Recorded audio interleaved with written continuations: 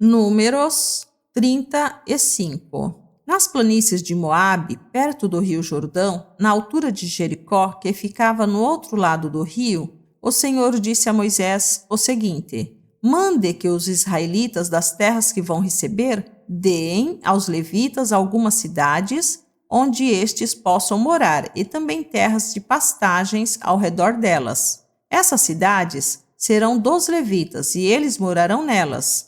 As terras ao redor serão para o gado, para as ovelhas, as cabras e para os outros animais. Os pastos ficarão em volta de toda a cidade, numa distância de 450 metros a partir da muralha. Todo o terreno formará um quadrado de 900 metros de cada lado, isto é, medirá a mesma coisa a leste e a oeste, ao norte e ao sul. A cidade ficará no meio e os pastos ficarão em volta.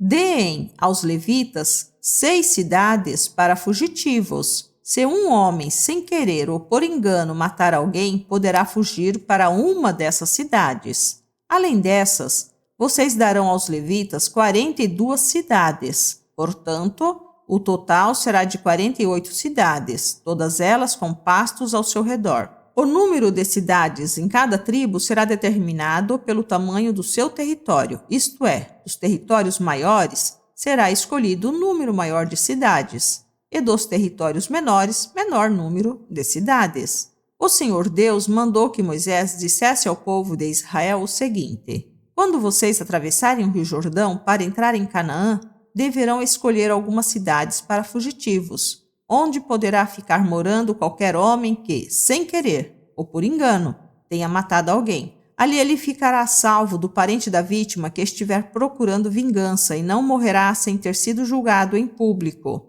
Escolham 6 cidades para fugitivos, 3 a leste do rio Jordão e 3 na terra de Canaã. Essas 6 cidades serão de refúgio, tanto para os israelitas como para os estrangeiros que moram com vocês. Seja só por algum tempo, seja para sempre. Quem tiver matado alguém, sem querer ou por engano, poderá ficar refugiado ali. Se um homem ferir uma pessoa com um objeto de ferro, ou com uma pedra, ou com um pau e causar a morte dessa pessoa, ele é culpado pelo crime e será condenado à morte. Quando o parente mais chegado do morto encontrar o assassino, deverá matá-lo. Se um homem empurrar o outro com ódio ou jogar alguma coisa contra ele com má intenção e ele morrer, ou se um homem esmurrar um inimigo e este morrer, o culpado será morto, pois é um assassino. Quando o parente mais chegado do falecido encontrar o assassino, deverá matá-lo. Mas pode acontecer que alguém, sem querer, empurre o companheiro que não era seu inimigo ou atire, sem má intenção, alguma coisa contra ele. Pode acontecer também que alguém, sem ver, atire uma pedra que venha cair em cima de alguém e cause a sua morte.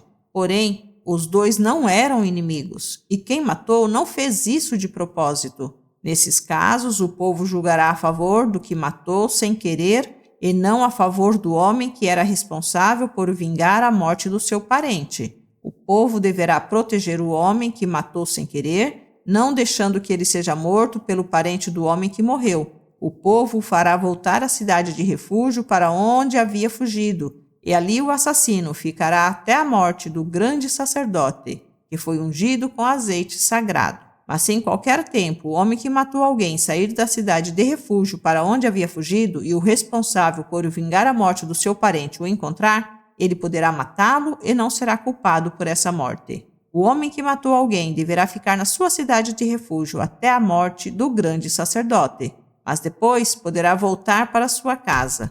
Essas ordens serão uma lei para vocês e os seus descendentes em todos os lugares onde vocês morarem. Quem matar uma pessoa será condenado à morte, conforme o que 2 ou mais testemunhas disserem. Uma testemunha só não basta para condenar alguém à morte. A vida de um criminoso condenado à morte não pode ser comprada com dinheiro, ele será morto.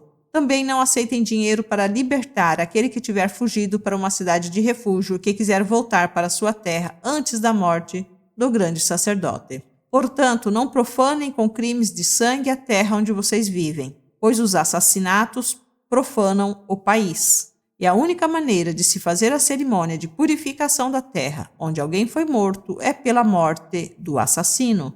Não tornem impura a terra onde vocês vão morar, pois eu também estou no meio dela. Eu, o Senhor, vivo no meio dos israelitas.